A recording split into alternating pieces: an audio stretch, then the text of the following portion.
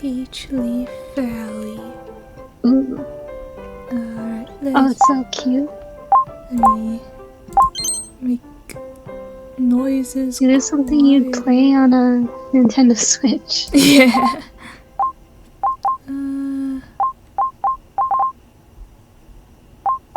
Don't know what any of this means. Text speed, I would like to go fast so I could read at my own pace. Let's start a new game. What is your name? What should your name be? We should be Mochi.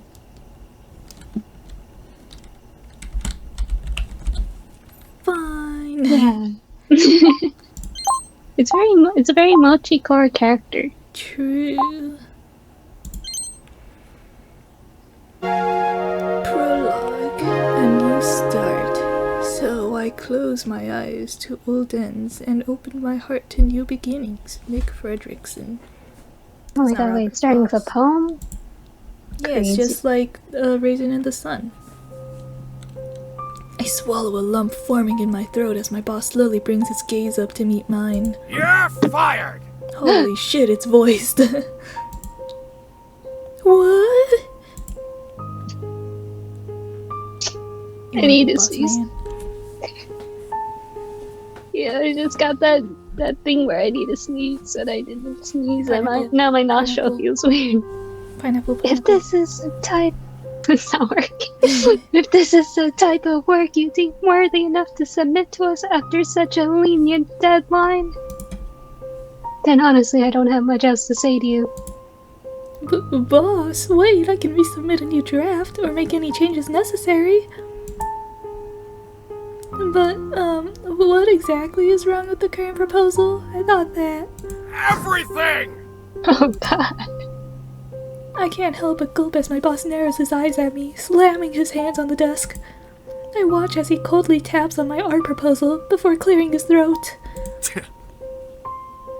This is not the level nor quality of work we expected when we hired you as the lead artist for this project, Miss Mochi. It's almost as if you deem this position to be a joke of sorts. A joke of sorts? Thank you, boss. Sir, I can assure you that is most definitely not the case. The urgency in my voice pitches my volume higher and I can't help but tense up in my chair. It isn't like that at all. I was beyond overjoyed and truly honored to be chosen for this project.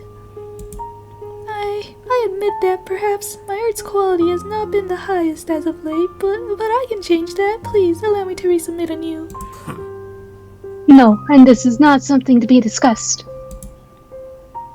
Desperation rises in my chest as I feel a panic settle into my stomach and I unconsciously stand up and bow my head.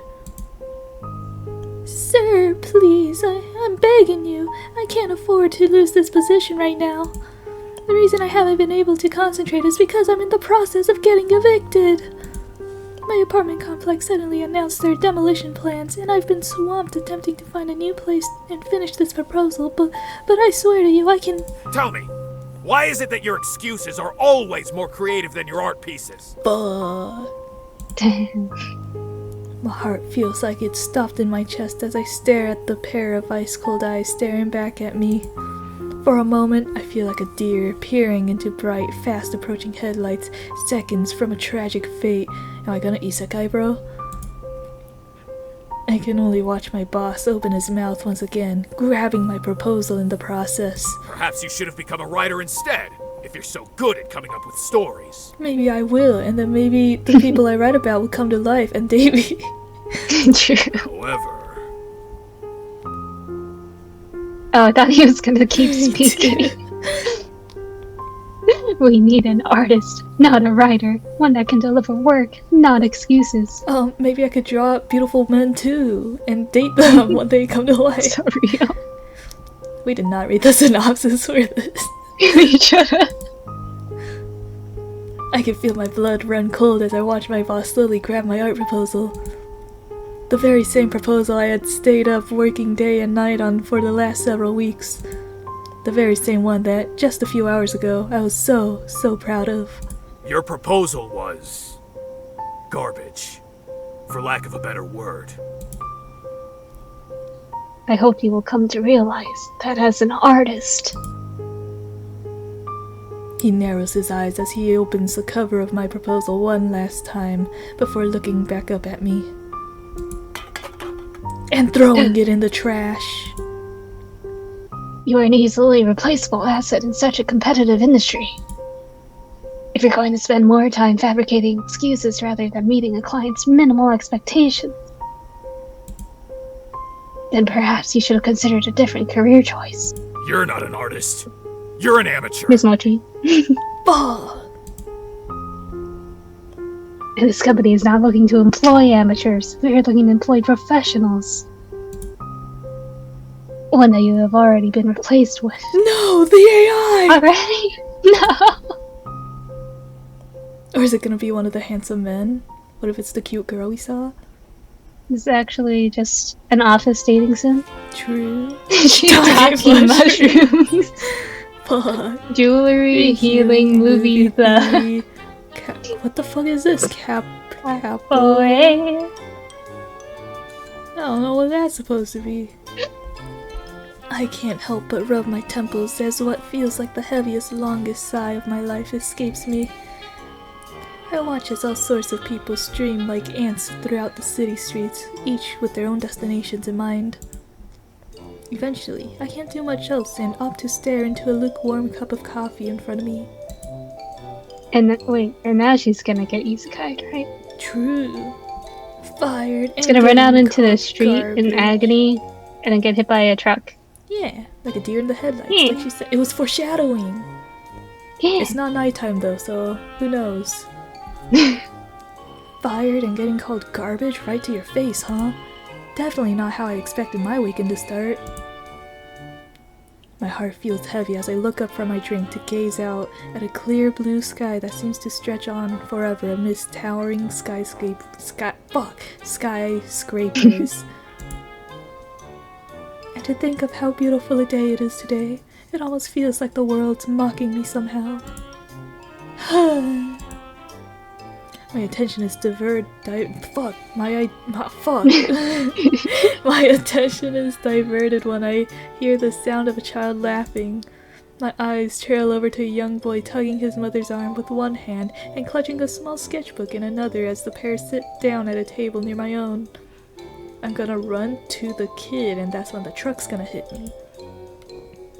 He opens the sketchbook, flipping to a page of a specific drawing before suddenly jumping up on the chair. The mother laughs as she watches her son strike the same pose as the crayon-colored character before her. Oh, this is Enderman. I drew him during recess when everyone else was outside. Oh, why he's so handsome. Look at all these details. Oh, I'm so proud of you, Munchkin. You're getting so good at drawing.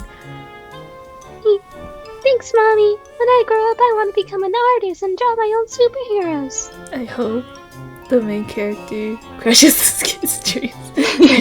Yeah. What if the kid is taking my job? Dude, he's professional. Exactly. Oh, you're gonna be a great artist, sweetie. I just know it. You're already so talented and you work so hard. What else could you need? I feel my grip on my coffee cup tighten as I watch the coffee on his drawing. Yeah, show his mom more and more sketches in his notebook. The sparkled look of joy, hope, and happiness that beams in his eyes. It's one I remember well. Fuck, my mom's probably dead, bro. Oh. I can't help but swallow the forming lump in my throat as I grab my drink and slam it into a nearby trash can, just like me. As I walk away from the tables, I shake my head sadly, as the mother and son's laughter echoes in my ears and my heart. Don't be stupid, kid. As much as we all want it to be that way, the truth is, hard work doesn't guarantee anything in this world. The only thing it'll earn you is realizing just how stupid those dreams of yours once were. For your sake, I hope, along the path of your life, you find something else that can make you smile like that. Like a handsome man, or a beautiful woman. Because art just isn't worth it. Take it from me. Without uttering a word, I quickly walk away to escape watching the shadow of what I used to be, too. A shadow of a happy, dreaming kid who loved what she did more than anything. The shadow of a person who doesn't exist anymore. And then we get hit by a truck. That's what I'm saying, bro. My feet carry me down familiar city streets as the evening sun begins to set and golden hues illuminate the sky. But before I have a moment to take in the uplifting sight, an email notification from my phone commands my attention.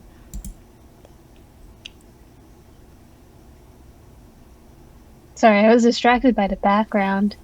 Oh, you like the generic anime girl? We're on downtown street. There's beer in Got XYZ Mart. Got American. You got Sanrio, but it's Ranrio. Dude, let's go to the Ranrio store. I want to go to the Ranrio store. They have all our favorite characters, like Circle with Dumpling. Wait, is that Miffy, but with no ears? That's not a Ranrio character. Milky Way. Downtown Street. It's an Amazing. interesting place. Anyway, dear Miss Mochi, this is an urgent reminder. Please be aware that you have 3 days to vacate the premise at 302 New Street Lane. Oh god, we're getting evicted? Fuck, we just got dogs. Now everyone knows we live at 302 New Street Lane. No. Oh, okay. It's a demolition. I thought we just had a bad landlord. Same.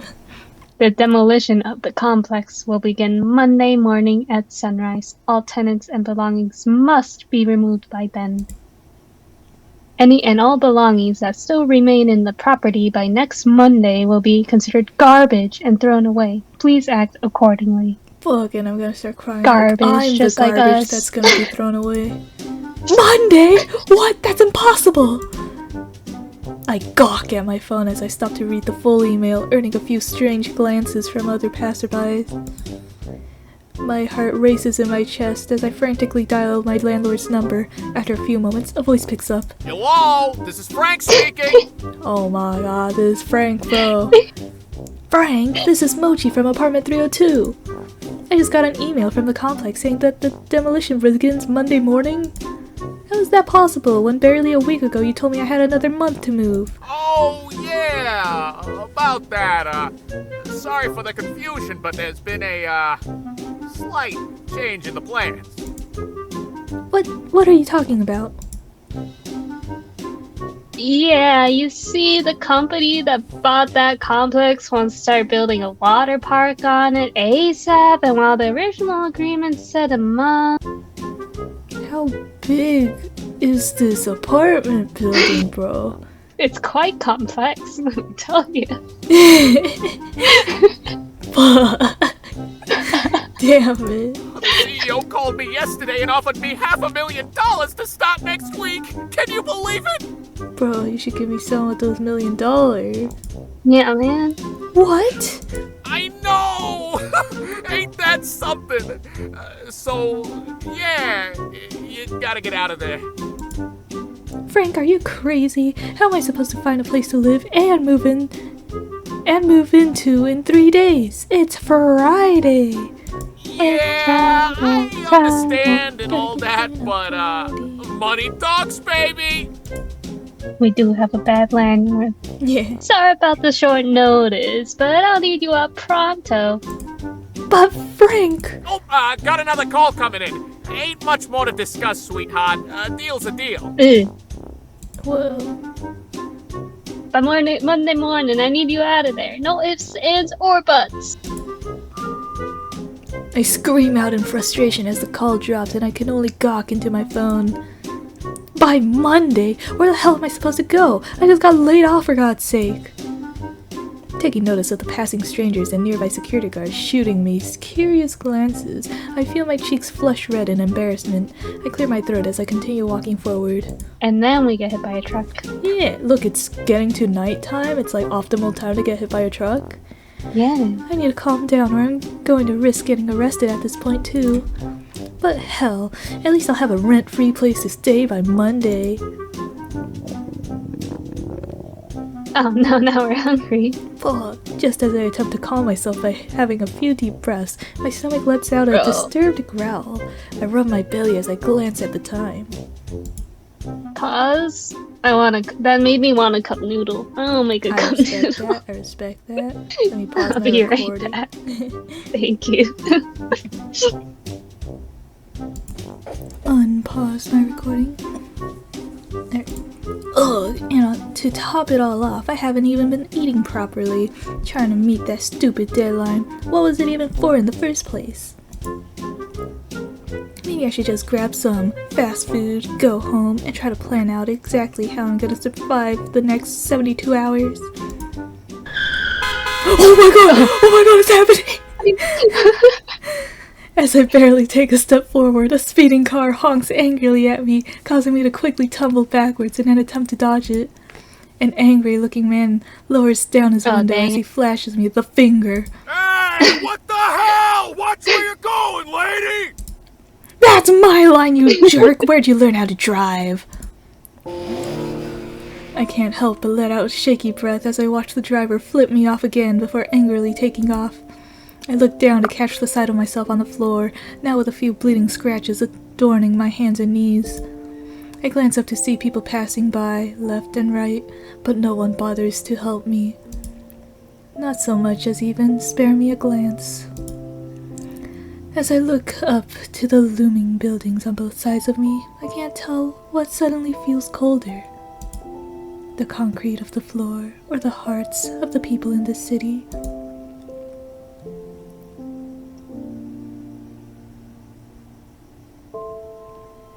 I let out what feels like the millionth sigh of the day as I wrap my arms around my frame from the chilly night air that's begun to settle in.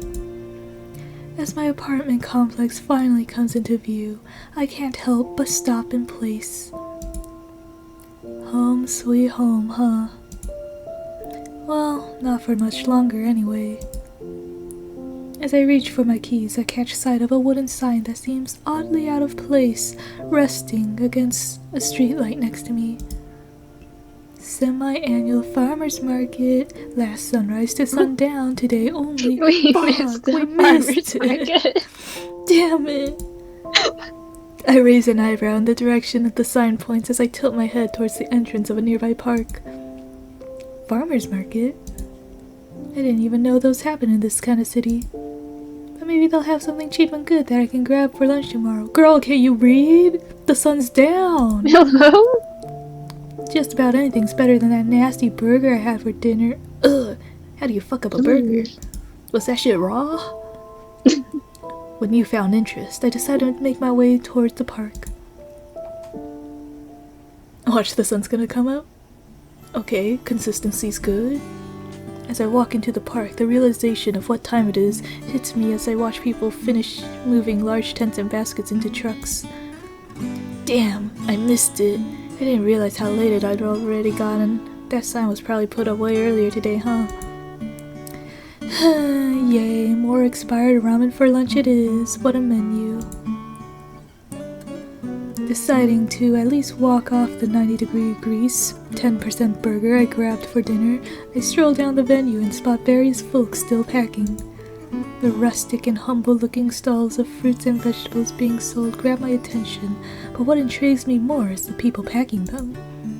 I watch as these vendors, most of whom are dressed in simple, worn clothes and mismatching colors, laugh and joke amongst each other. Many are covered in sweat and dirt from a hard day's work, but the look on their faces is what really captures my attention.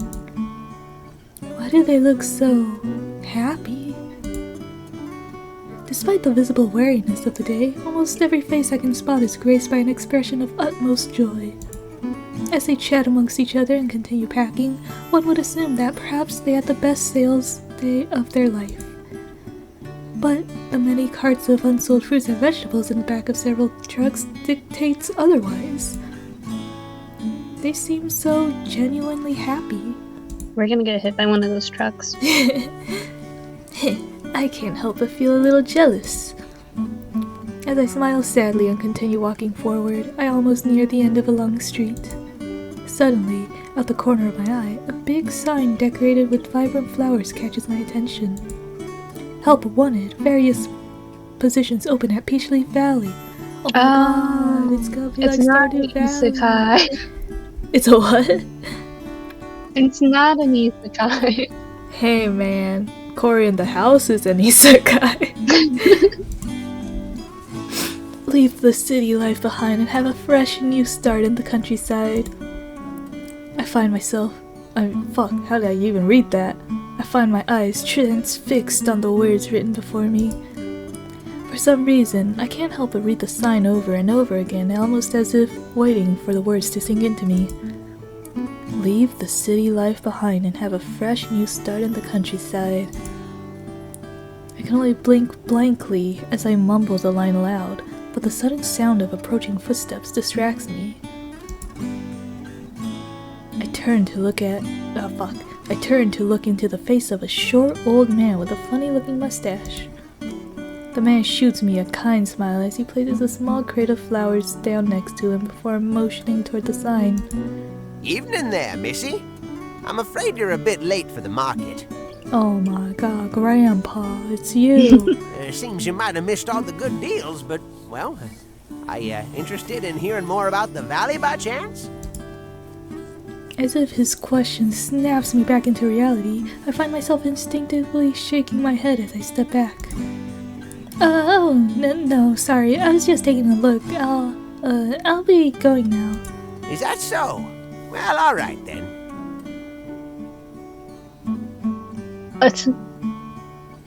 Have yourself a good night, young lady. Fuck, that's you. And here. Oh shit, it's so beautiful. I can't help but Just like blink twice. Oh my god, thank you. As the old man holds up a pretty flower to my face, the same type as the ones filling the crates next to him. I'm sorry, I don't really have any money on me, and... Now. No. Aw, damn it.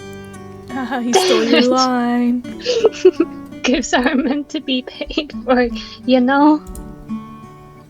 At his warm words and cheerful expression, I can't help but smile shyly as I take the vibrant, blooming flower from his hand. Thank you. It's very beautiful. Ain't it? Now go on and make sure you take an extra blanket to bed with you. It's getting awfully chilly these nights around here. Wouldn't want you catching the sniffles for fun. Haha, caught you. I was gonna say slacking, but I guess it's the opposite of slacking. Caught you doing overtime. I nod my head as he shoots me a wave before turning around to continue loading more crates into the back of a small truck. As I turn around and continue my stroll forward, an appreciative smile forms on my lips. I bring the flower to my nose. A sweet, gentle scent fills my senses, and I can't help but feel my smile grow. You know, that's probably the nicest conversation I've had in weeks. I secretly glance back at the old man as he waves on over at another vendor while beaming a giant smile. The sign that I was previously so fixated on seems to glow as a beam of moonlight reflects off it. I look down at the small flower in my hand as I twirl it. Just leave everything behind and start a brand new life in a little valley town, huh? Even just thinking about it seems so crazy. Almost like it's not even real. I just can't even imagine it. My pace eventually slows down as I stop completely. A few moments pass before I hesitantly turn around to look at the sign again. No, it's beyond crazy. It's more like impossible, even more for someone like me who's never left the city before. I mean, come on, let's be real. I wouldn't last even a day without proper Wi-Fi. I'd probably go insane or something. My thoughts oppose my actions as I find myself standing once again in front of the sign. So So, why? As I reach out a hand to touch the words in front of me, I can't help but feel tears begin to prickle in my eyes.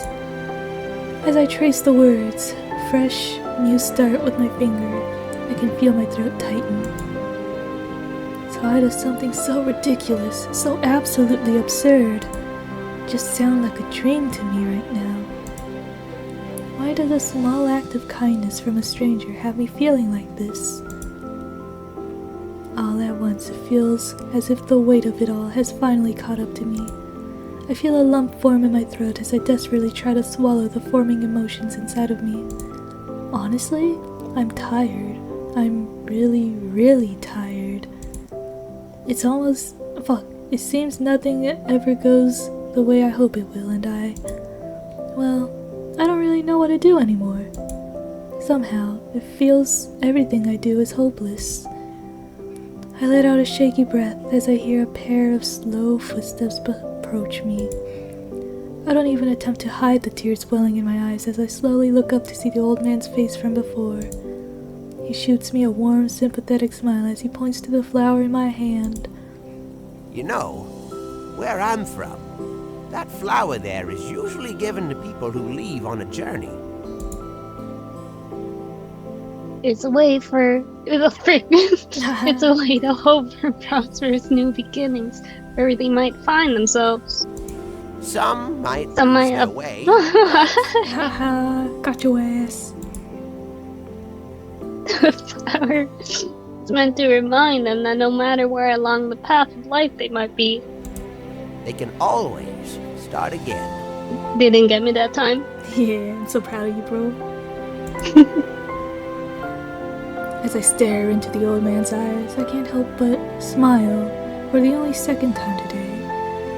For only the second time today, his words resonate deeply within my heart. I gaze into the beautiful petals of the flower in my hand, and for a second, it almost feels like they themselves are cheering me on. I feel a gentle hand place itself on my shoulder as I look up once again. What's your name, Missy? It's Mochi, with a lowercase m, because I'm cool like that. A fine name at that. Now then, tell me, Mochi. are you interested in hearing more about the valley? It's never too late to start a brand new adventure, ain't it? I chuckle as I wipe a few more stray tears from my eyes and nod my head resolutely. I am interested. Could you tell me more?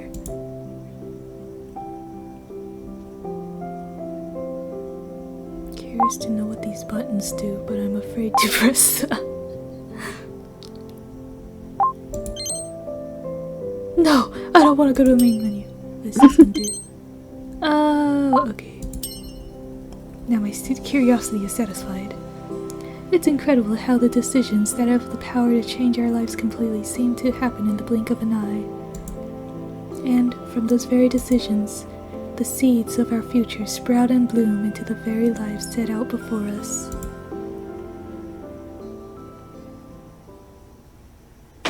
Well, here we are. Welcome to the valley. When did we learn his name was Earl? Did he I was about to say. Okay, I'm not crazy. Oh my god. What if it's his twin brother? Oh my god. Is this a Ghibli background? Is what I'd originally say, but Unfortunately, our destination lies just beyond this here trail of tricks, as I call it. I climb out of the passenger seat of Earl's truck as I look into a dense, steep mountain trail. Oh, I'm so cute. Oh, we're so cute now. Trail of tricks? yep, this one's a bugger. Gets real slippery due to the rain this time of year. However, for those crossing my foot, there's a short little forest path right through there that'll get you to the other side in less time than you can say move. Move. So true. Will we be going by foot the rest of the way then? Well, Oh. As much as I enjoy nature, I'd hate to leave my truck here to do it, especially filled with all my flowers and veggies still on board. Here's what we'll do. You go on ahead through that path by foot, and I'll meet you out on the other side once I get the darn truck over this here trail. Sound alright? Are you sure you could get the truck up there by yourself, Earl? Oh, fuck. Earl lets out a roaring laugh as he places his hands on his small, thin waist before patting the back of his truck. Oh, you bet! Me and old Bessie here have been together for a lot tougher than this, I'll tell you that. It just gets to be a real bumpy ride up there, and I'd hate for you to get all green and goobery on me. Goober. Besides, gets you warmed up for walking. We'll be doing lots of that where we're going. I can't help but chuckle as Earl's positive demeanor shines through my worries. I nod my head and grab a small bag as I head toward the opening of the forest path he pointed out. Well then, I'll take your word for it. I'll head on through and see you in a bit. It'll be a darn jiffy. Make sure you stay on the path now, you hear? Can't be losing you in the forest on your moving day.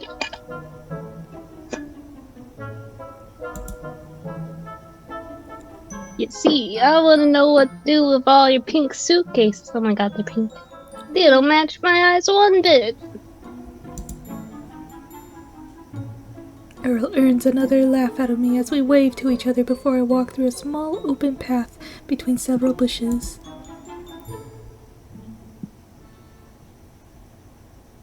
I hope we find a bunny. As I walk in through the dense shrubbery, I can make out a visible path heading towards an opening not too far away.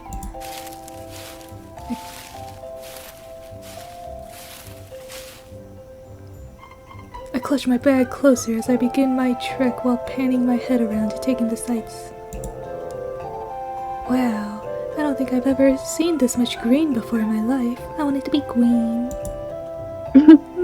Even the air feels so different here. It feels so fresh. I walk forward a few more steps as I take in the emerald scenery around me. Trees, plants, and flowers, some the likes I've never seen before, all seem to quietly bloom in place. I can hear the sound of leaves rustling in the wind as an incredibly calming sensation seems to reverberate through the entire area. This place feels so soothing, almost like it's... My inner monologue is interrupted as I unexpectedly bump into something soft. I bring my gaze forward only to stare into the greenest pair of eyes I've ever seen. What? Is it the bunny? Surprised by the sudden proximity of a stranger peering into my face, I quickly step back, only to misstep and fall ungracefully on my butt. Oh my god, they're so beautiful. As I mutter a small groan, I look up to see the stranger chuckling softly to himself. Green hair, and what's with his clothes? Dude, we isekai'd. We isekai'd. We're getting isekai'd all along. So true. What if he isekai'd to our world? You're so right. The stranger extends a hand to me with a warm, silent smile. I eye it for a few moments before choosing to accept his help. With a strange amount of ease, the stranger helps me back up to my feet as I shyly gaze up at him. Despite his strange looks, he boasts a beautiful, almost ethereal visage. And somehow, it's as if just standing near him makes me feel incredibly calm. I can't help but catch myself staring as I quickly clear my throat. He looks like a Genshin Impact character. Unfortunately. I'm sorry for bumping into you. I probably should have just been watching where I was going. The stranger tilts his head as he shoots me another warm, silent smile. My eyes instinctively widen as he suddenly reaches toward the side of my face before slowly pulling out a 4-leaf clover from thin air. Damn. Huh? A clover? He's a wizard! Witch! Witch! Was it stuck in my hair or something? I tense up as the stranger gently grabs my hand and places it in the center of my palm without a word. I can't help but stare at the small clover for a few seconds before clearing my throat and looking back up. Thank you for the help. These usually represent good luck, don't they?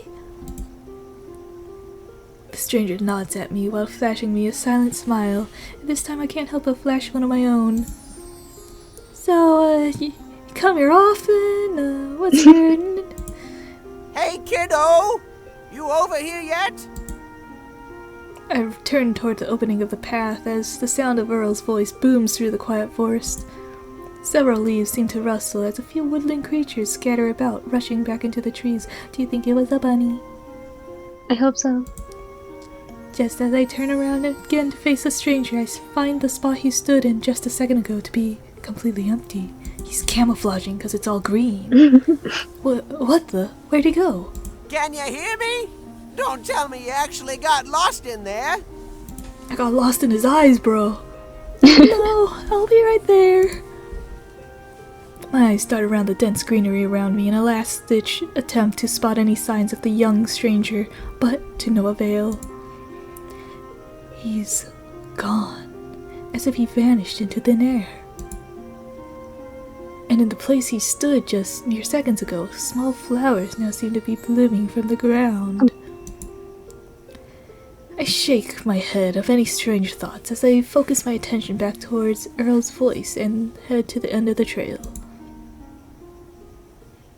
Goodbye, handsome man. Whoa! Wow.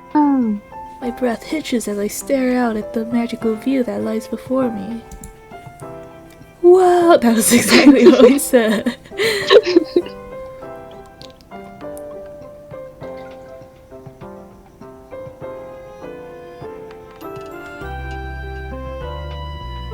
Oh yeah, look at those flowers. Oh yeah, look at those crops. Oh, wait, am I supposed to click? I thought it was a cutscene. Rolling hills all covered in blooming flowers seem to stretch on forever as they all meet the silhouette of a distant town. From this elevation, I marvel as both snowy, blooming mountains and a sparkling ocean also meet near the town to create a breathtaking display of nature. This is a very deforested area now that I look at it. Yeah. There ain't no trees anywhere. I can't help but break out into a genuine laugh as a slight breeze picks up, and it seems as if all the flowers begin to dance in the wind around me. This here's my favorite part of the whole trip. I look over to see Earl in his truck now parked beside me as he looks out over the view with a tender, loving smile. Welcome to Peachleaf Valley. I do not see any peaches. True! I expect peach trees. Oh my god, they have an opening! Ooh. Filled with doubt and fear, a young girl loses her path, but fate grants her another chance to turn over a new leaf.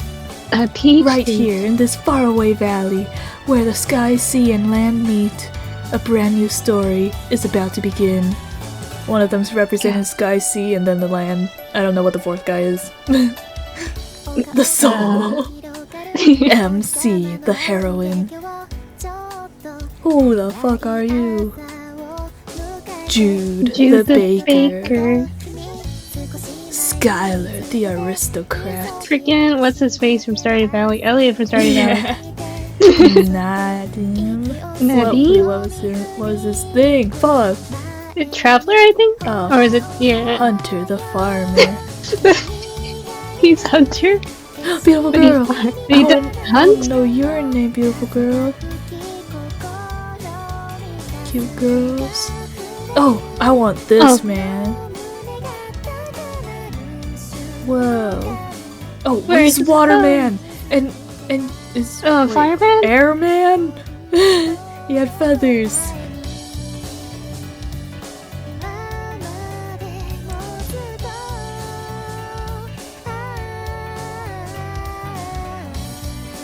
Oh my god, it's me. Peachleaf Valley. Oh, it's on Kickstarter. Oh shit. Oh, wait. Did you say wait? I'm looking up the Kickstarter. Oh.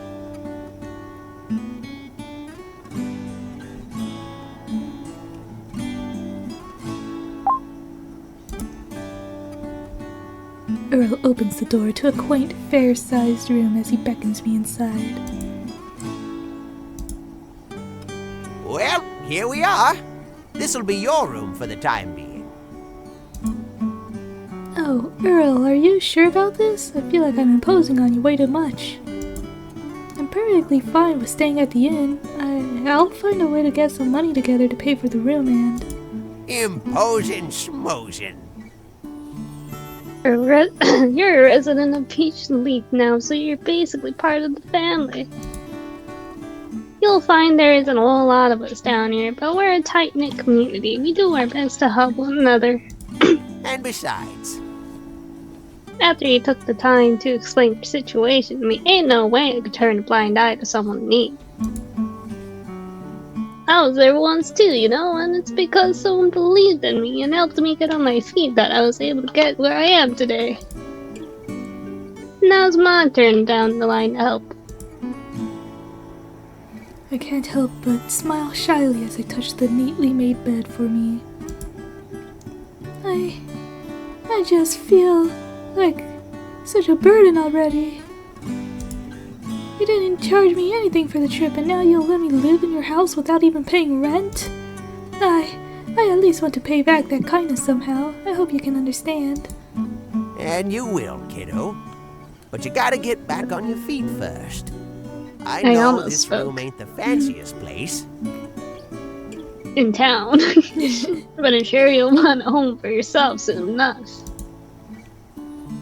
Until we can get you settled into your new life here, you can at least rest your head at night worry-free. A wave of emotion washes over me as I feel tears of overwhelming gratitude threaten to fall from my eyes. I can't help but let out a shaky laugh as I timidly bow my head. Earl, thank you so much. I don't even know what to say. I feel a gentle hand ruffle my hair as Earl beams me a warm smile. You're home now, kiddo. No need for waterworks. You're part of the Peachleaf family now. You should have started Like I speaking, said before. Earl. Cut that. I never noticed. You'll find we don't have a lot of stuff you can find back in that big old city you came from. But we do got a whole lot of this. I can't help but giggle as Earl points to his heart. Seeing me smile, the old man chuckles and motions to a nearby closet. In case you find yourself missing anything, you'll find some clothes and garments that used to belong to my youngest daughter in there. She's terribly outgrown them now. Maybe they'll serve you better than they did her. This room belong to your daughter, Earl? Sure did, but she's got her own life far beyond this little valley now, so feel free to make this room your own. I can't help but glance around the small room. Even though it's filled with a lot, I can tell everything's been taken care of really well. Even though it's not filled with a lot. I turn towards Earl once more as my heart pangs in my chest. Thank you, Earl. Thank you so much. I really don't know how to express how appreciative I am to you. You know, a few days ago well, honestly, I thought I'd be out homeless on the street by Monday morning. But I didn't ever think I'd be starting a brand new life in such a beautiful valley. Earl chuckles as he shoots me a toothy grin before placing his hands on his hips. That's the beauty of life. You never know gee. where it'll take you. Yours took you here. Now on that note, let's go meet everybody. the whole town got into a ruckus when I phoned them and we had a new resident coming in. You'll have plenty of time to unpack later. Now let's get a move on. Hehe, okay, I'm excited. Let's go.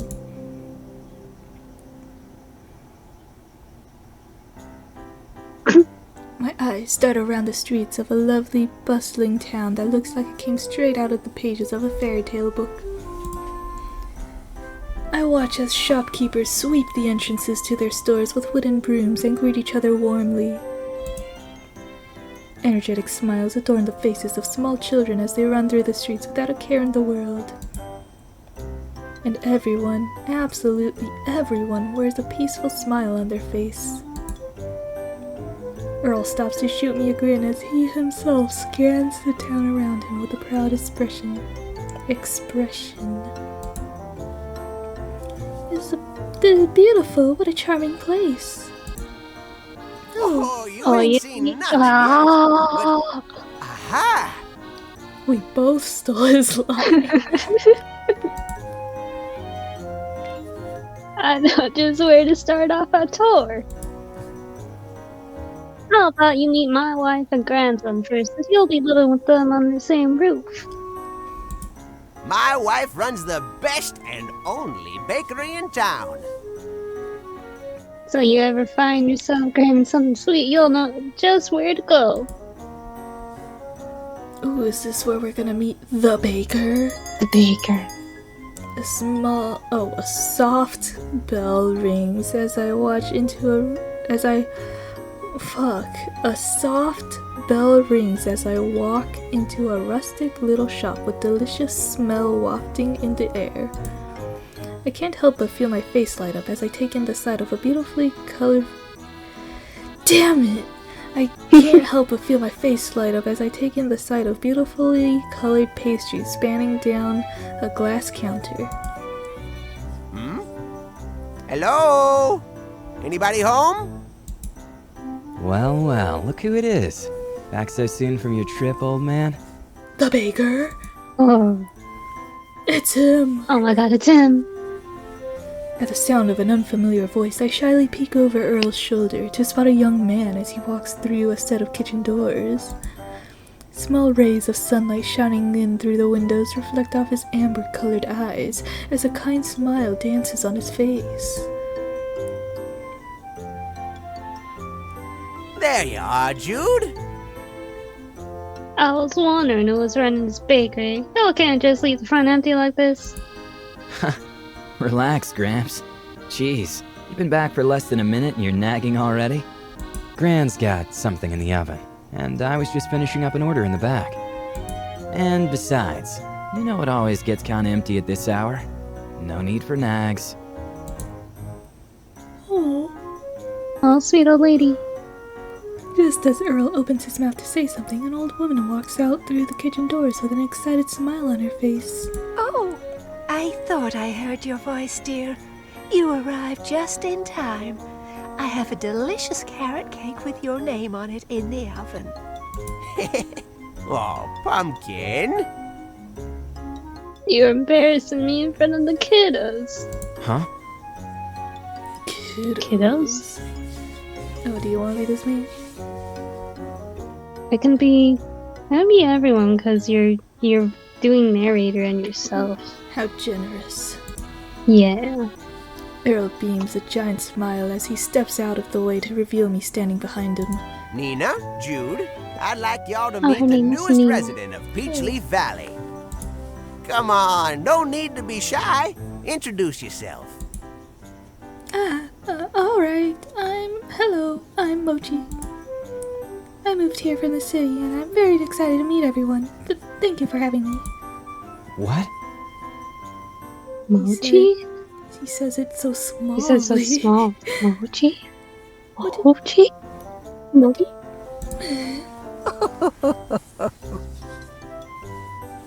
Well, aren't you an absolute delight? Let me get a good look at you, my dear.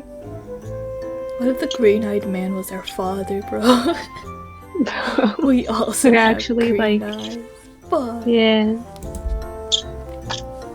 My My nervousness begins to dissipate as Nina steps out from behind the counter and comes closer, beaming a friendly smile. My name is Nina. As probably already noticed, I'm Meryl's wife and I run this bakery. It's an absolute pleasure to make your acquaintance, Mochi. The pleasure is all mine. Thank you so much for your hospitality and for letting me stay at your home for the time being. Oh, now, aren't you just the sweetest thing? You're very welcome, my dear. I know such a big move can be awfully nerve-wracking, but you've got nothing to worry about here. You're already part of the family. Nina takes my hands in hers as she says this, and I can feel my heart swell with happiness at this level of kindness I've never experienced before. Ah, thank you so much. I'm afraid I don't know what else to say. Well, you can start by telling me this. Do you like You... sweets, dear? Ooh. I do. Butter pound cake is my favorite. Why? What a coincidence. That's my little Jude's favorite dessert too, right, dear? I glance over at Jude, still standing behind the counter, but raise an eyebrow when I see him gazing at me with an intense expression. He doesn't even seem to register Nina's question as he simply stares at my face, almost as if desperately trying to decipher something. Jude? Is everything alright, dear? Almost Probably as so if- flabbergasted. You're Yeah. two people. Almost as his grandmother worried tone snaps him back to reality, Jude tears his gaze away from me before nervously looking back up. I can't help but gulp as his eyes dart frantically between my own. Sorry, I have to go. He needs to shit. I need some air. I'll be back later. Shitting Gonna shit outside, outside. like a man of the wilds. With barely a moment's notice, Jude quickly walks out from behind the counter, brushes past me, and briskly exits the small shop. Jude! Jude, dear, where are you going? He's taking a shit outside, he said so. His grandparents' calls fall on deaf ears as Jude quickly exits the shop in a hurry, not even glancing back once. An awkward silence falls on the shop for a few minutes as Nina and Earl exchange confused glances. What the heck was that about? I didn't see anything weird, did I? Oh, Mochi, please pardon my Jude. He's not usually like this at all. I wonder what got him so flustered. It's 'cause I'm a beautiful lady. Ha! I know! Maybe he couldn't handle just how pretty Mochi was. That's what I'm saying.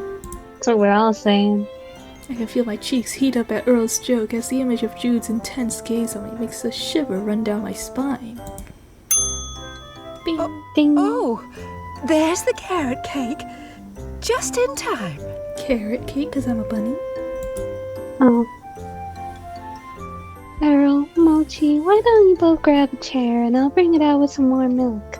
Just a second. Not without some help, you won't. I can't let my pumpkin do all the work around here. Oh, Earl. Oh, they're so in love. I can't help but giggle at the wholesome banter between Earl and his wife as they lovingly take each other's hands and goes toward the back. It fills my heart with such...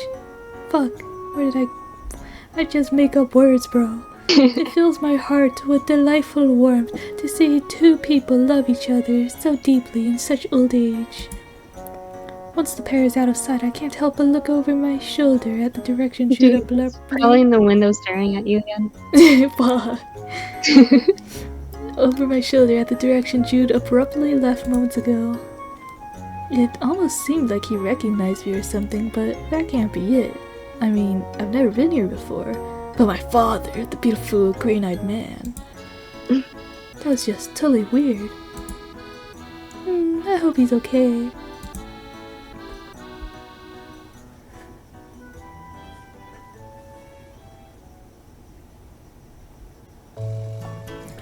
Earl and I walk through the gates of a vast ranch as a clear blue sky shines above us. I hear the cries of chickens and other farm animals in the distance as a fairly large-sized barn comes into view near a house. I can't help but smile as I spot several chickens grazing, watching as they curiously look over at me. It's such a beautiful day out, isn't it? The animals in this farm must be happy with such good grazing weather. Now for our next stop. Welcome to It sure Elderberry is. Farm. It's a little strange, though. Feather and Nobby are usually out here by this hour. Wait here a second, Monty. I'm just going to go check to see if they're home real quick. Back in the jiffy. I nod my head as Earl motions for me to wait in place. I turn around and walk a few paces over to a small chicken pen and giggle as a cute little chick curiously looks up at me. Oh my god! Pew pew! It's shooting at me, bro! Oh, aren't you a cutie? I wonder what your name is. As it starts talking. Oh no. Oh no, the truck. What'd you say The truck. before that? I don't know. Oh, I couldn't hear you over him screaming. It's okay, I have it recorded. That's probably just reacting to it shooting you. I don't know. Aw. A loud yell in the distance captures my attention, snapping my head up towards the source of the sound. Suddenly, the ground feels Oh, as if I it starts said- shaking. I said the truck because he said Bessie. Cause I read Bessie and I was like, oh no, the truck. But I thought you said something before that. Did I? Yeah. You were talking while he was screaming Bessie. I don't remember. I don't know, man. Maybe I'm Oh well. crazy. Suddenly, the ground feels as if it starts shaking as the nearby chickens all frantically run in the opposite direction. What the? Tremors? Bessie, get back here, goddammit! I turn around at the sound of a loud cry when I catch the sight of a Oh, it's a cow. rampaging cow heading straight towards me at lightning speed. I'm gonna get isekai'd. The cow is quite large in size, and its eyes seem to be glowing red as smoke comes out of its nose. Oh. What? A cow? How is it so fast? I can't seem to move out of the way at We this get rate. music hide back to city life. No. I close my eyes instinctively as I brace myself for the impact before another voice shouts out. Hey, watch out! I feel a strong force pummel me backwards as I fall to the ground. The enraged cow cries as she races past where I stood seconds ago, dust fluttering in her trail. Oh, the hunter? Oh. After a few moments, I open my eyes and feel my face turn beet red as I see my hands pressed against a strong, well-defined chest hovering over me. I can feel my pulse go racing as the feeling of muscular arms wrapped around my waist shock me back to reality. What? Sorry about that, miss. Are you okay? You're not hurt anywhere, are you? I look up to stare into ocean blue eyes as a young man stares back, worryingly at me. I'm fine. Phew, I'm glad to hear it. Sorry for the tumble. Let's get you back on your feet, yeah?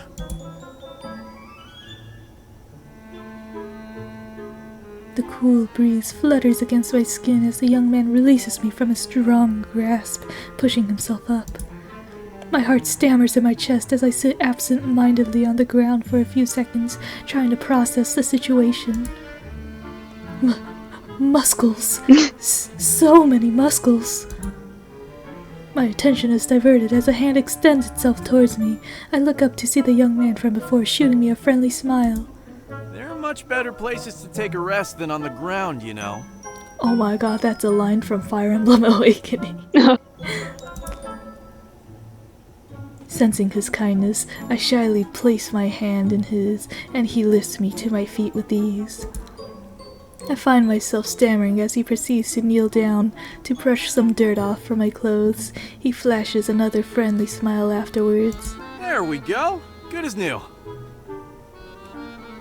Now then. Can I help you? Oh, there she is, my big old Dairy Queen. You better not be calling his wife that, bro.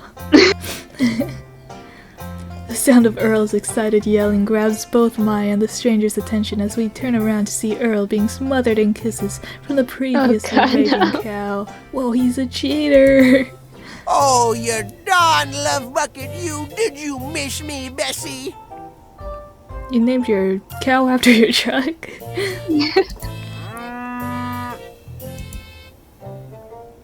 The young man next to me tilts his head back in laughter at the affectionate display. Of course! I should have known it was you, Earl. No one else gets Bessie that riled up. That's because I'm your one and only true love. Ain't that right, Bessie? Woo. I can't help but smile as Earl begins to walk over to us with a now tame, calm, and slightly blushing cow. How have you been, Hunter, my boy? Taking good care of my sweet, innocent little angel here, right?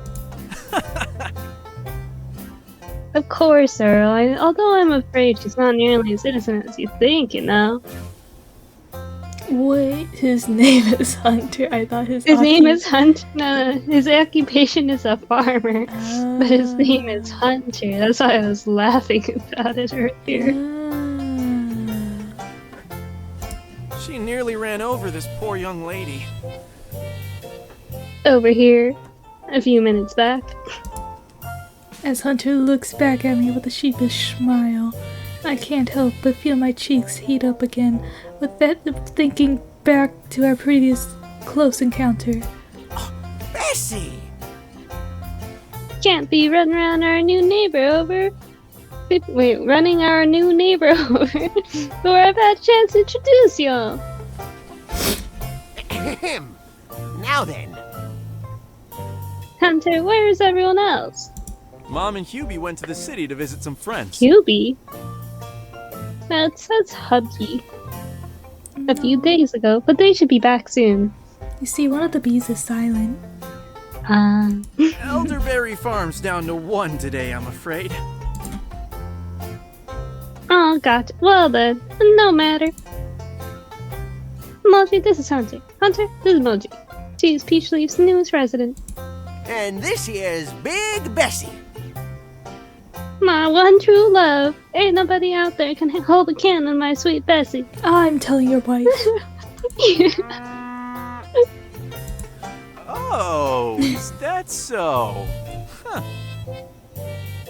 I'll be sure to tell Nina when I see her. Don't you dare, farm boy! I can't help but chuckle as I wave over to the large animal by Earl's side. Hi there, Bessie. Nice to formally meet you. And nice to meet you too, Hunter. Thank you for the help back there. My pleasure. Sorry about Bessie. As you can probably tell, she, gets real excited when Earl's around. Only caught a whiff of him when you guys got here. Well, that's because she loves me. Ain't that right, Bessie? Meh. I can't help but giggle at Earl and Bessie's endearing exchange. A few moments pass before I catch the sight of Hunter's eyes on me. He wipes a hand on his pants before extending it out to me with a smile. Welcome to the valley! Emoji. Right? Emoji, right? I hope your new life here will pan out exactly as you hoped it would. If you ever find yourself in need of anything, feel free to reach out.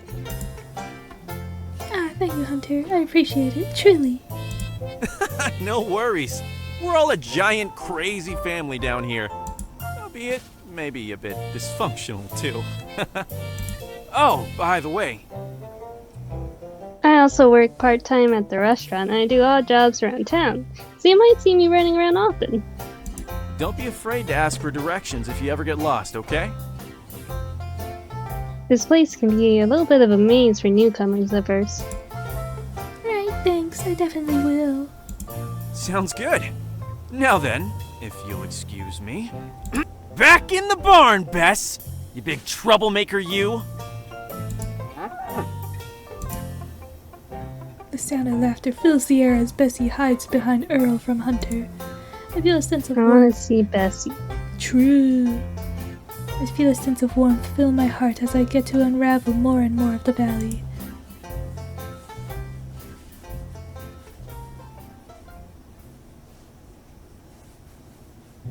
Ooh, The flower shop! maybe it's the cute girl. As we approach the entrance of a quaint flower shop, Earl shoots me a smile while he opens the door for me. Now, I'm sure you're probably dying to meet someone you can relate with, so I want to take you to meet Miss Amelia. Oh my god, it's her. She's a real kind girl, runs this shop with her nutty old grandma. Seems to be about your age too, so I'm sure y'all can be great friends. Or lesbian lovers, you know, the same. Yeah. As we walk into a beautiful flower shop, a sweet scent fills my senses as I can't help but breathe in. I look around to see gorgeous flowers, some the likes I've never seen before, all blooming through even the tiniest cracks in the wood. Eh? Skylar? Is that you? The aristocrat? Hearing the confusion in Earl's voice, I turn to stare into the profile of a tall, foreign-looking man. Oh, it's not the cute girl. Fucking Elliot. The man doesn't seem to have noticed Earl as he paces back and forth, seemingly deep in thought. Gefair. No, you can't make me speak French. You're gonna need to know how to speak French, bro. No. Well, give it your best go. Yeah, there's something miracle, yes. Rhythm. Miraculous ladybug. The tall man continues to mutter to himself before Earl approaches him, waving his hand. Skylar? Hello? You listening? The foreign man's attention snaps up at the sound of his name. He looks over before shooting Earl a friendly smile.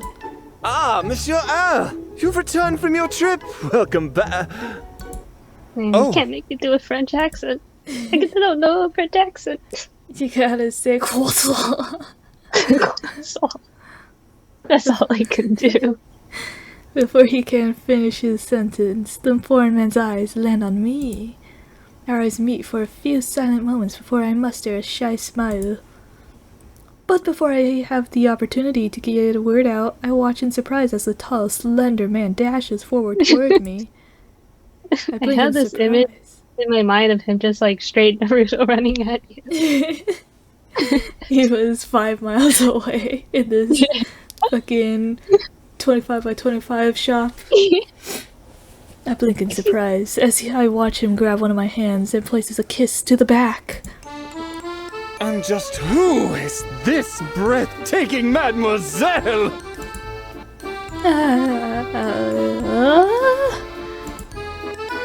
Before I can even answer, the tall man gets down on one knee. His eyes seem completely fixated on me as a Oh, radiant you got a smile husband. graces his lips. Mademoiselle, I may not know your name, but I know that your beauty is the envy of every flower in this shop. How dare you say that? One beautiful pink-haired girl exists? You outshine even the most beautiful rose on the eve of its full bloom. Why, even the most fragrant of blossoms holds no comparison to your...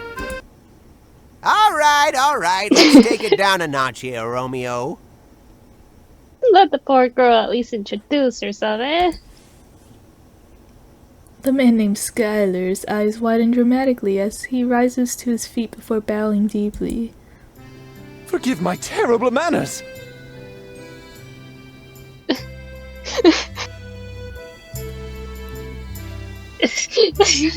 You got this. Sound it out. You think that S is silent? My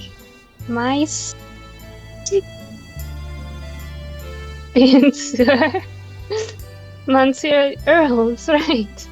Forgive my terrible manners. I can't do that.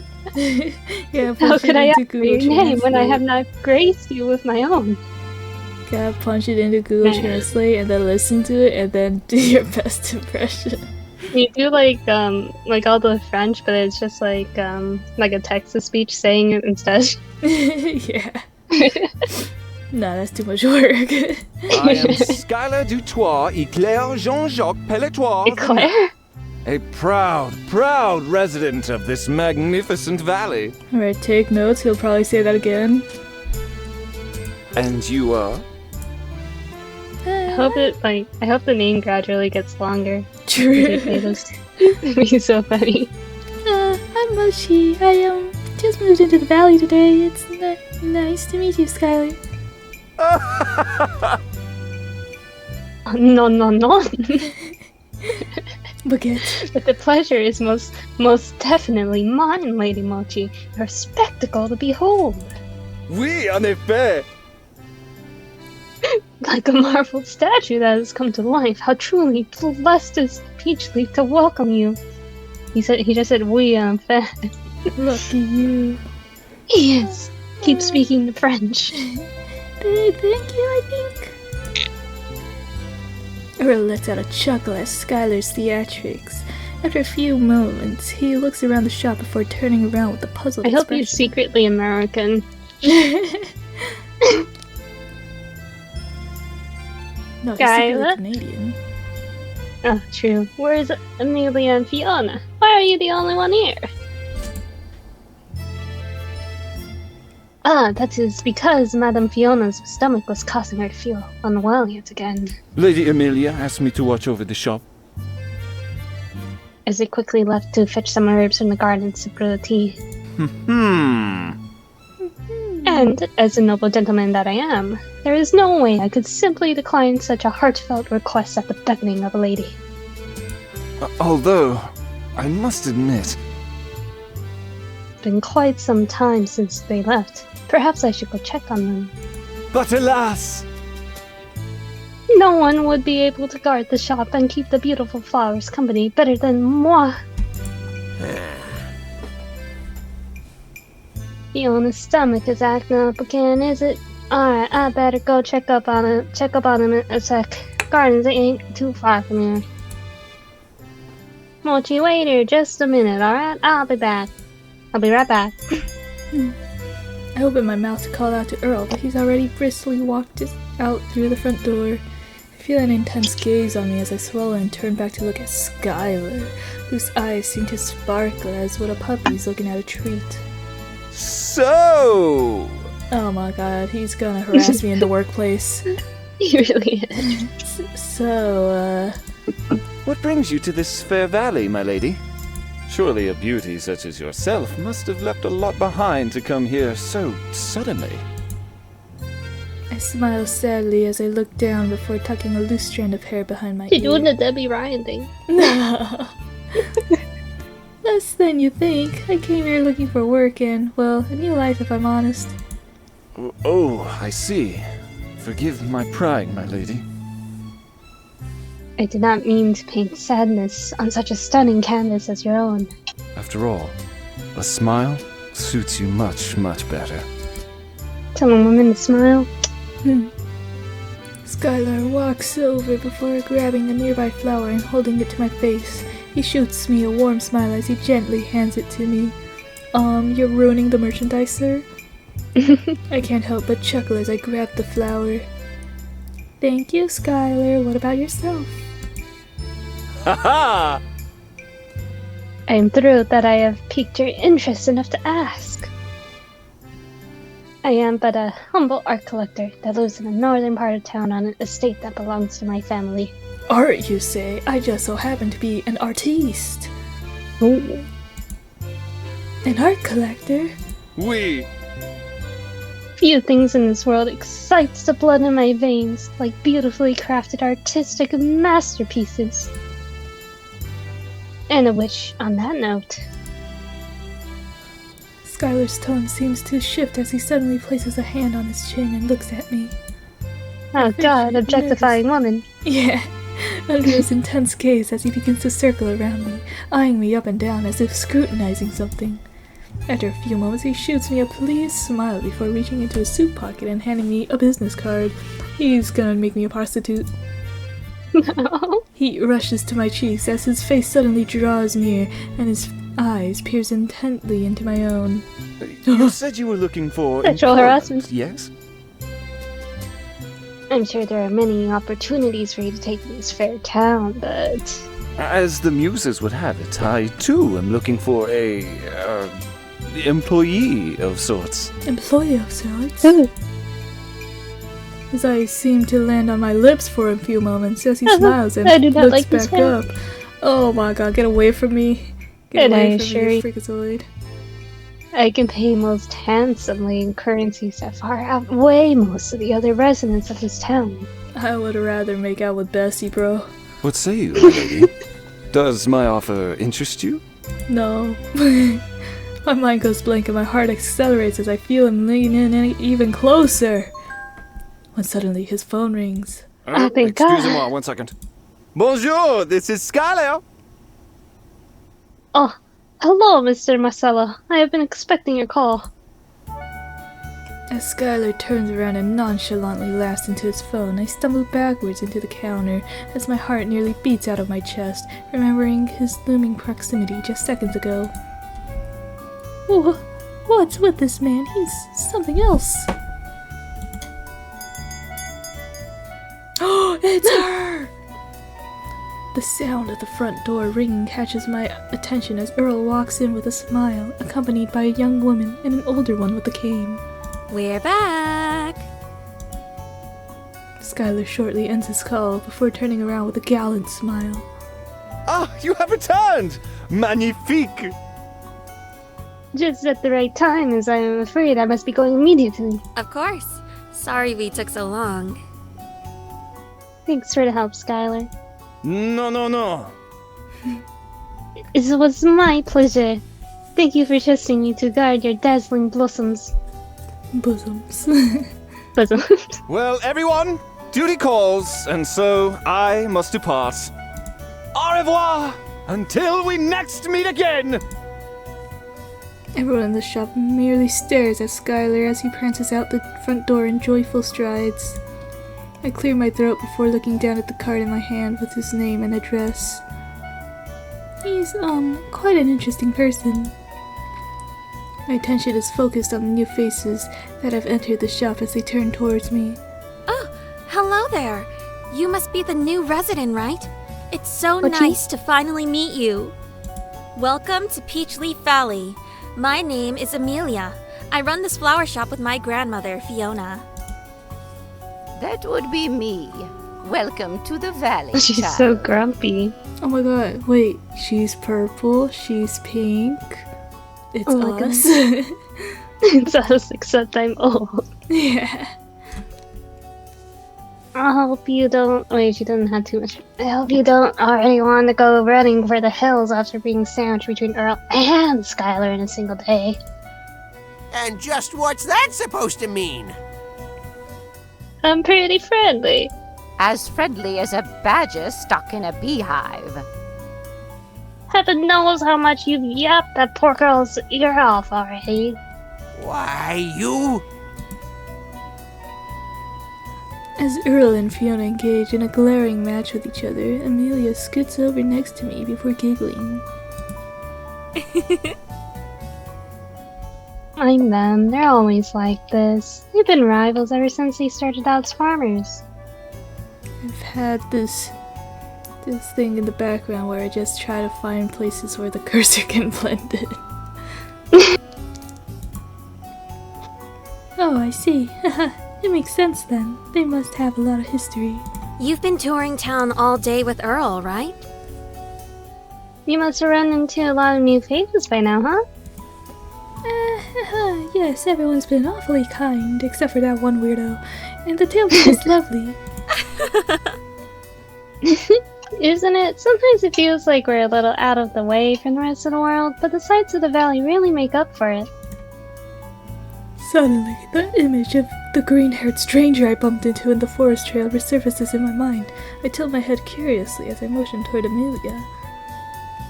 Actually, does a green-haired young man live here? Huh? Green-haired? Yeah, he looks like Glorp. Yeah, I sort of ran into him in the forest path on the way to town. He had long green hair and was wearing some strange robes. I thought maybe he worked in town or something, but I haven't seen him again. Sorry. I've been living in this town my whole life, but I've never run into anyone that fits that description here. Ran into one of the spirits, did you? Damn it, he's already dead! Fiona's voice captures my attention as she walks towards me with her cane. Spirits?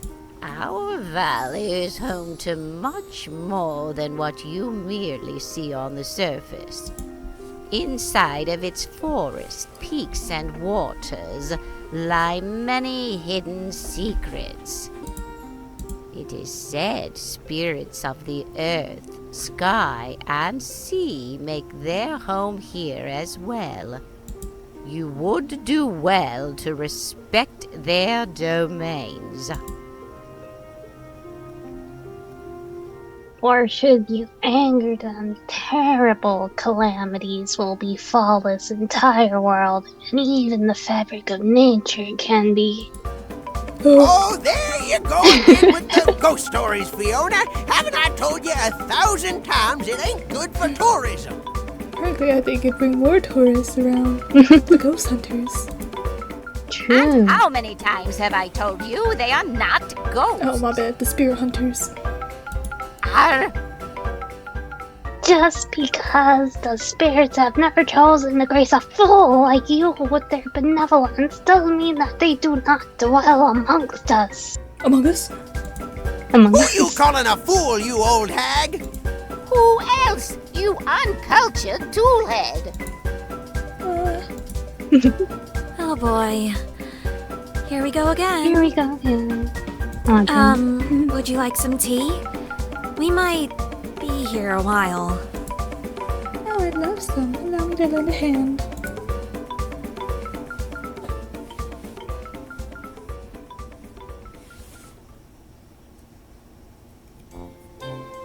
As we exit the flower shop, I can't help but look out toward the expanse of blue sky above us.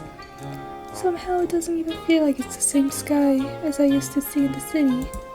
The sound of Earl muttering to himself catches my attention as I see him looking around several buildings while fiddling with his mustache.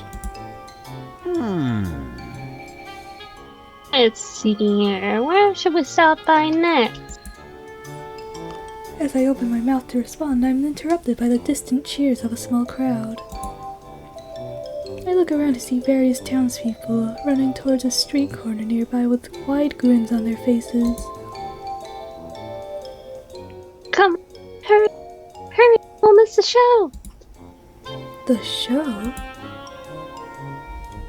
Aw, he's performing today, is he? Performing? Who is? Aw.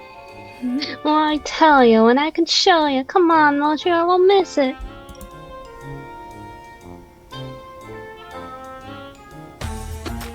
Earl briskly turns a street corner and my eyes widen. A fair-sized crowd has gathered right in the middle of a plaza, laughing and clapping in aisles, someone in the middle of the space. What's going on over there? From here it's hard to see anything with so many people gathered around. Hey, over here! I look over to see Earl point to some nearby stairs that lead up to a balcony. He climbs a few and then motions me over before glancing at the crowd. A smile plasters on his face as he crosses his arms. Take a look! You wouldn't want to miss this! As I turn to see where the crowd gathers, I can't help but stare in awe as a slender, dark-skinned young man in colorful, exotic garb dances elegantly. Oh my god, handsome boy. Whoa. The young man shoots the crowd a smile as he continues his performance. You are dancing in like a tuxedo of sorts? Many of the crowd's faces, which appear to be mostly women, all cheer as he moves back and forth through the space. Suddenly, he pulls out red banners of decorated velvet, seemingly out of nowhere as he throws them in the air and backflips before catching them. Whoa, he backflips, bro. Whoa. Whoa, what a beautiful person. I don't think I've ever seen someone move so elegantly. The crowd cheers as he shows off more and more impressive dance moves mixed with incredible acrobatics and magician-like tricks. I find myself slowly peering over the rails in excitement as I gaze down. At one point, the performer motions the crowd to step back before slowly arching his body and breathing out rose-colored fire from his mouth. A witch! Wow, I've never seen anything like this before. Ain't that right? He's sure he's something else, ain't he? Knows how to please a girl. I'm sorry.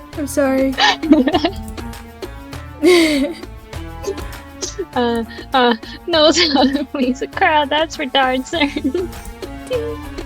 The crowd goes wild as the young performer dances and does more and more tricks, mixing different elements to create a riveting performance. After a while, the performer bows, now covered in a light layer of perspiration as the crowd roars and claps. He looks up. As he looks up, sweat dripping from his hair, the townspeople begin to throw coins and flowers at his feet in appreciation for his colorful and avant-garde performance. Shukran jazilan. Thank you. Another Please language. stop making me speak other languages I don't understand. I can't help but laugh in delight as Earl and I clap from our spot on the stairs too. Earl begins to whistle and I clap loudly next to him as I watch the performer accept more and more coins humbly. He was dancing in this outfit. I don't buy it. Like, your shoulders are metal. True. You have shoulder pads in there. How He did a whole backflip in that. How do you do a backflip in this, bro? You know what? That's probably more impressive. Eventually, he pans up to where Earl and I stand, and his gaze meets mine. Are you gonna hit on me? Wow, he really is gorgeous. I feel my heart skip a beat as the performer shoots me a small, mysterious smile before turning around to collect all the coins and flowers. Earl and I eventually make our way down the stairs as the crowd begins to disperse. Suddenly, Earl turns to me with a smile as he motions toward a different direction. Oh, I know. Let's stop by the inn next. Old Duke would yap my ear off if I didn't properly introduce you. As Earl begins to walk forward down in an opposite direction of the plaza, I follow him. But the handsome boy! But I can't help but find myself staring back in the direction of the performer, who is now surrounded by several young women from the town, eagerly showering him in compliments. I could be one of those women. The performer's eyes briefly meet mine again, and I could feel myself blush as I quickly face forward and run to catch up with Earl. No, we didn't even get to speak with them.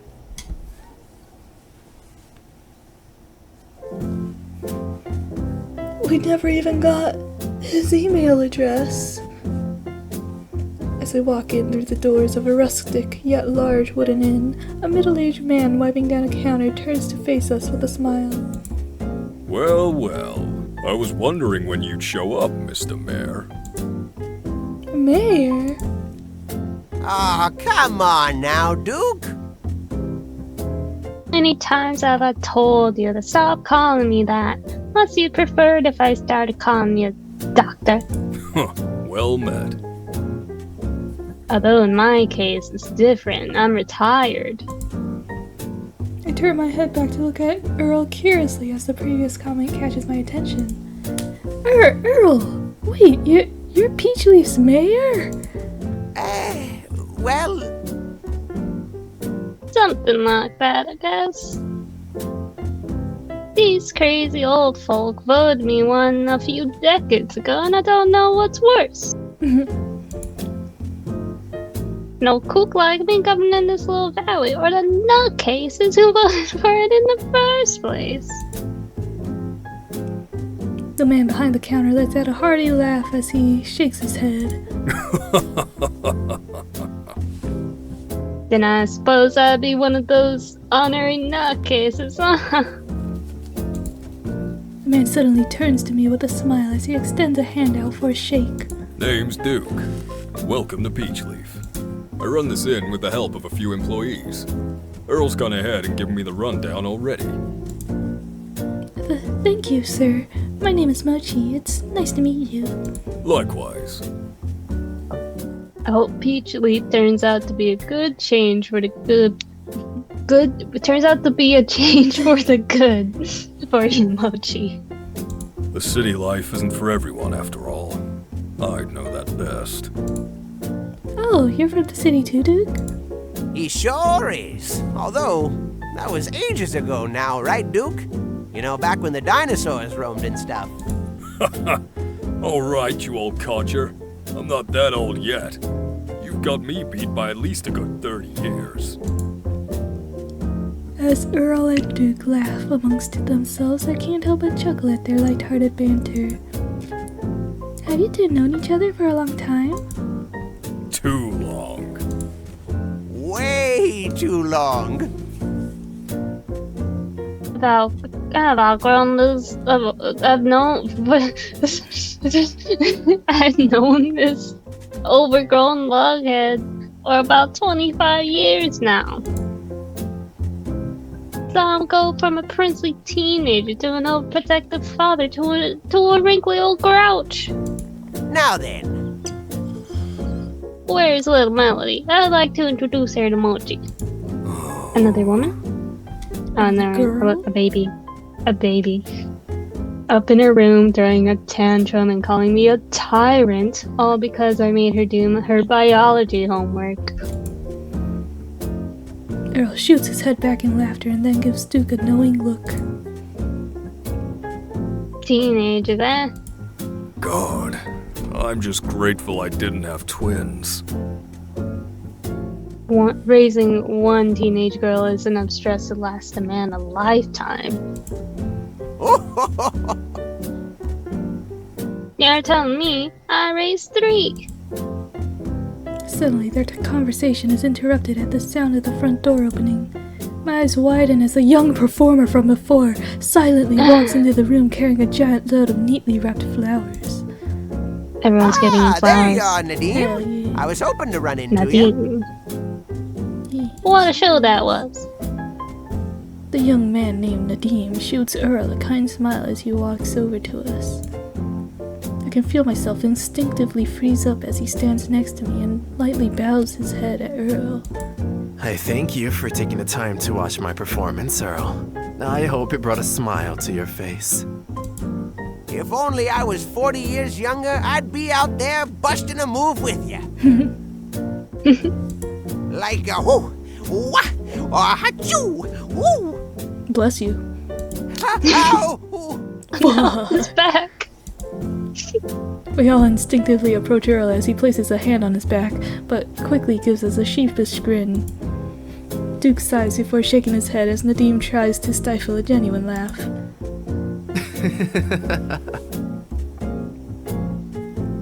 Thank you, Earl. I appreciate your words. They bring me joy. Not as much joy as you bring to everyone in town with your performances.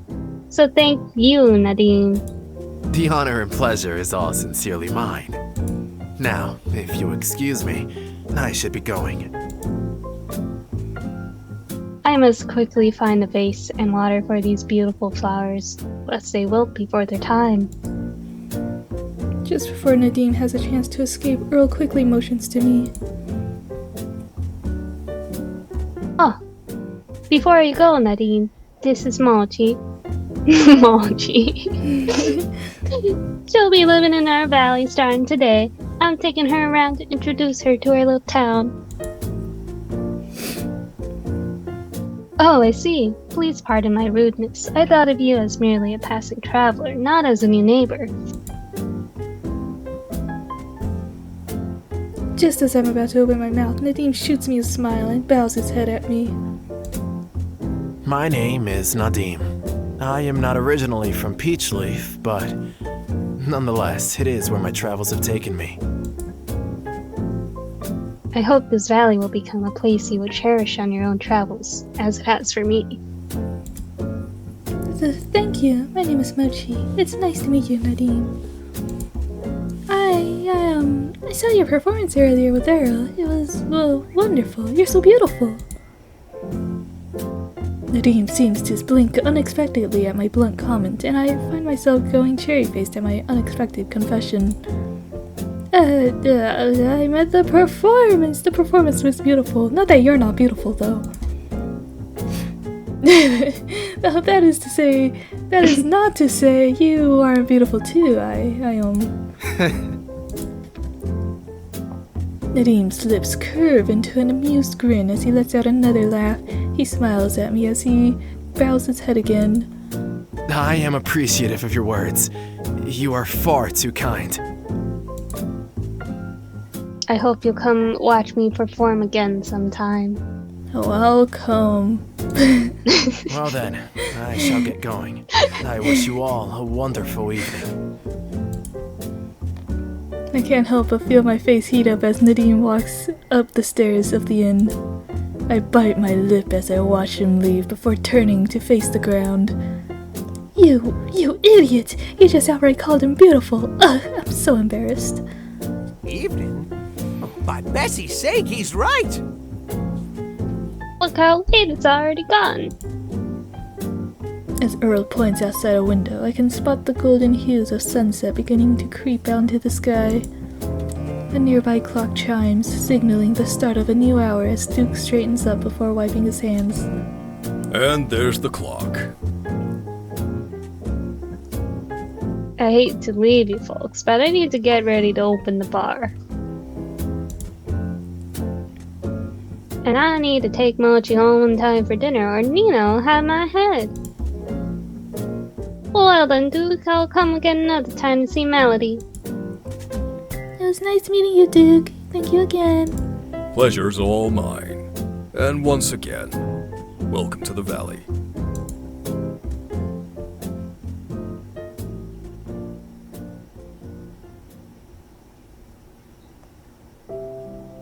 As I finally finish unpacking the last of my belongings, I can't help but stare out at my newly organized room. Phew, finally done unpacking. As I sit on the bed and touch the soft blanket under me, I can't help but smile, recalling the day's events and the many faces I meet. Hehe, there were definitely a few interesting personalities today, but wow, everyone here is really so warm and kind. It's incredible to think just how different my life and surroundings were barely 3 nights ago. As I gaze out toward the shining moon outside, I can't help but feel my smile begin to fade. Even with an overall pleasant day, the nervousness of being in a brand new environment so far away from the place I've called home my entire life is still very much around.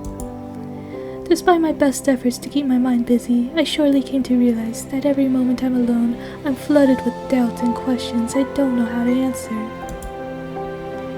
Did I make the right choice? Was coming here the best decision? Do I truly even belong here? Suddenly, a small knock to my door interrupts my thoughts and I hear Earl's muffled voice call out from the other side. Mochi, can I come in? Yes, go ahead. A few moments later, Earl peeks his head in before shooting me a friendly smile. He walks inside and closes the door behind him. Turning around, his eyes lands on my now empty suitcases. All settled in? was going to come by and ask if you needed help with anything. Yep, I'm all unpacked. Thank you again, Earl, for everything. Earl peers into my face for a few seconds as I try to flash him my best smile, attempting to hide my previous anxiousness. After a few moments, he chuckles before taking a seat next to me on the bed. Still got the jitters, huh, kiddo? No, I'm fine, really. Everyone's been absolutely wonderful. You've all done so much for me. I don't even have any right to complain. I'm just a little tired and You don't know if you belong here. I raise my head in surprise as Earl merely smiles warmly back at me. I can feel my throat tighten as I tear my gaze to the floor. How did you know? Earl chuckles at the remark. You see all these wrinkles and white hairs on this balding head? They ain't there just for fun, you know. From living and learning and growing. Earl takes in a deep breath as he looks around the room, nostalgically, before his eyes land on the moon. Face you have on right now is the same face each of my daughters had when they told me they wanted to move away from the valley. Same face they had when they told me, Papa, I'm scared, and they didn't know if we went home, leaving all they ever knew behind in this little valley was gonna be good for them. And do you want to know what I told them? Home. I didn't speak. Let's go. Hell yeah. I can't help but smile as Earl lightly taps on his heart. His eyes grow warm at the sight of my smile, and he places a reassuring hand on my shoulder. It doesn't matter where you end up in life, kiddo. Mossy. Be in a giant city or a tiny village in the middle of nowhere, but as long as you wake up each day and look forward to the world around you, then you've found your home. Peachleaf may not be your last stop, but maybe it can help you find out what it really means to belong somewhere. I feel tears prickle in my eyes again as I nod happily. I can't help but to laugh, quickly wiping away the tears as a hand ruffles my hair. Thank you, Earl. Be patient with yourself. My ma always used to say that we're all like little saplings, growing and sprouting at our own paces and in our own directions. But don't hold yourself back from blooming just because you're not sure where your petals might fall. Dang. We'll never see the Ran Rio store again. True. I smile as I turn to look at the flower Earl gave me a few days ago, now adorning a small vase in the corner of my room, blooming beautifully in place. You're right. I may not know what the future holds, and there's a lot of questions I've yet to answer. About who I am, who I want to be, and what my place is in this world. But there's no way I can start off on the right foot without at least trying to put my best foot forward, right? Now that's what I like to hear! And you have all of us here at the Valley to support you. Which also leads me to my next question for you.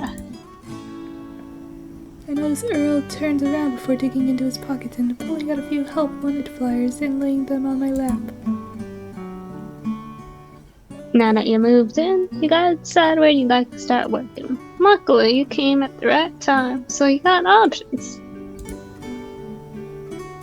I can definitely put in a good word for you, so go ahead and choose where you'd like your official new life in Peachleaf to begin. Where should I start working? Fuck, if I choose the flower shop, what if the aristocrat's there? At the estate, the flower shop's not even an option. Why? Let's see. I like all of them but Skylar. Say. Well, let's just do it in order. Let's go with Jude. Me? Why are you choosing me? Fine, I guess. Oh no, he's a tsundere. Fuck, he's a tsundere. I don't like him anymore. Thank you for here's the playing demo. our demo for Peachleaf Valley Seeds of Love. Please help us make this game a reality by supporting us on Kickstarter and sharing it with your friends and family. There's a lot more fun to be had and many more adventures waiting just around the corner. Follow us on social media for the latest updates, giveaways, goodies, and more Peachleaf fun. See you in the valley. Yippee! Very nice, very wholesome. Very nice, very Except for the part with the French guy. Oh, what? Is this a twist ending? The wind howls atop a cold mountain peak. From this desolate place that only seems to shelter the clouds and remnants of an era long lost to time, a lone figure watches all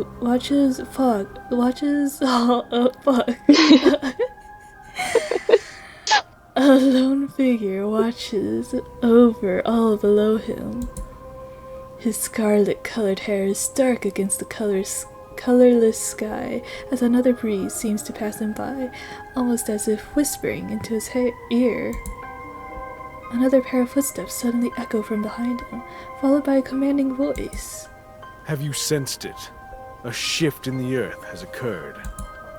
The lone figure only lets out a low chuckle as he brings his hand forward, as to grab something in front of him from thin air, before turning around. How foolish of you to even ask. Why, it's almost as if you forget who I am. Looks like a phoenix, bro. For the winds, they whisper everything to me. Okay, Pocahontas. In his hand now dances a small clover as its tiny leaves twist and bend in the wind. The figure lets out another chuckle as he brings his eyes to face the dark-haired man in front of him.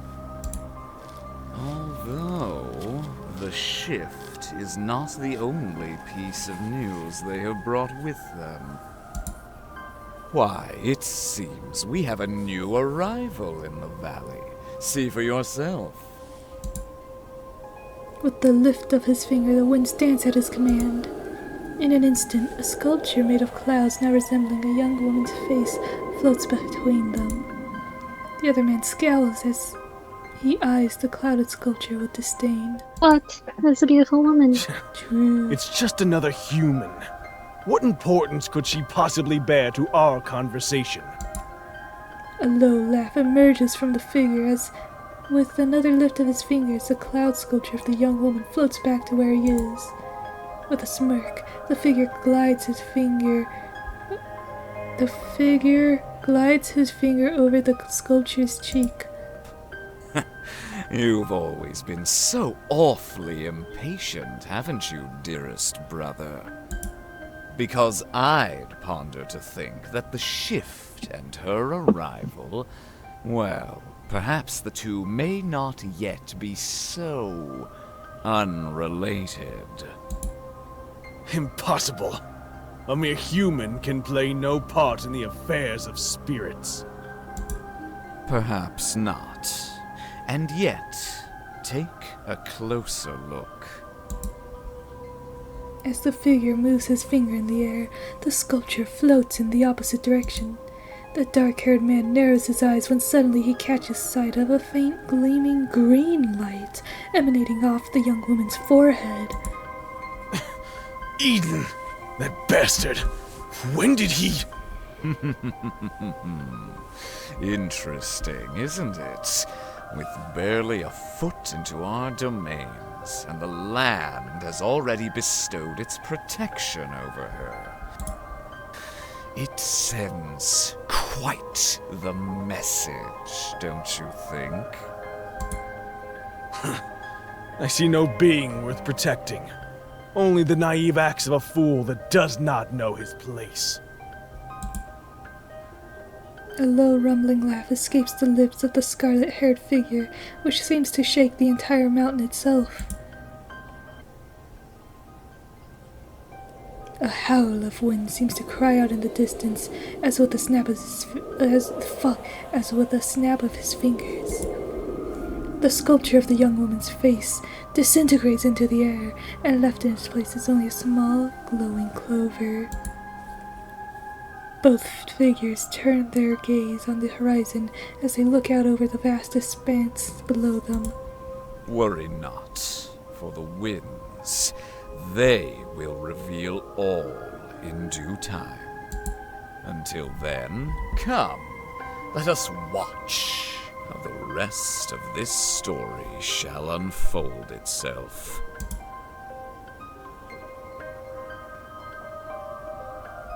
Meanwhile, a figure turns his gaze toward the horizon. The earth, she trembles, just as she did all those years ago. What could this mean? A simple coincidence, or a sign of something yet to come? Gasp. Gasp.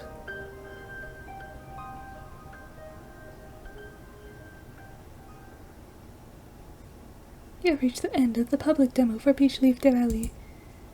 For future updates in the extended demo, follow us on social media.